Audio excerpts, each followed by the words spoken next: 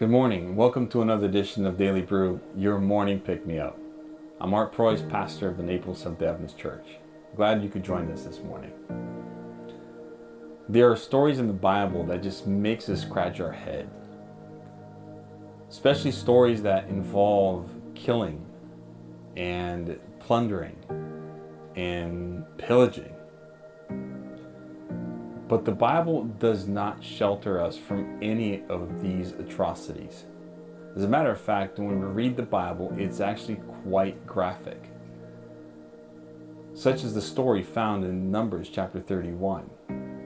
Here we see a story where the people go and wage war against the Midianites. So much so that they kill every single male in that land.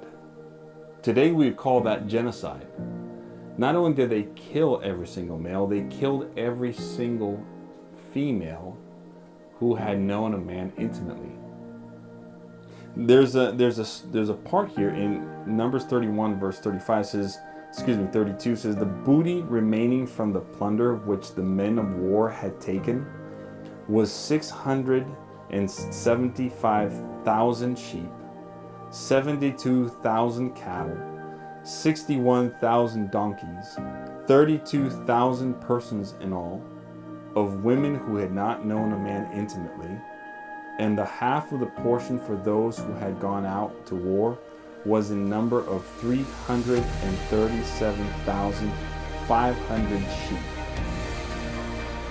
This does not even count. When we look at it, it doesn't even stop there, because part of that number was divided to give to God.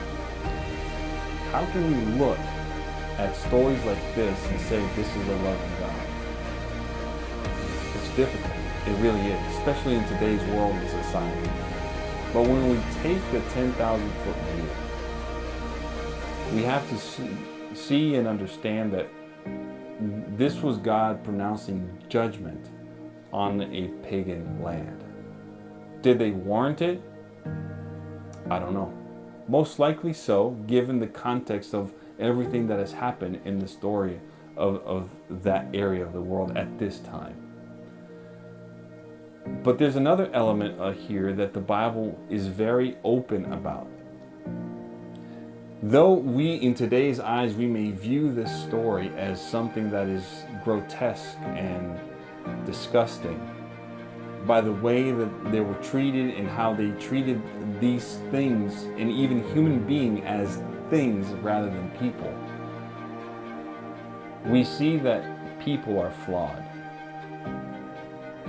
But I'm sure glad that God utilizes broken, messed up people to share His good news.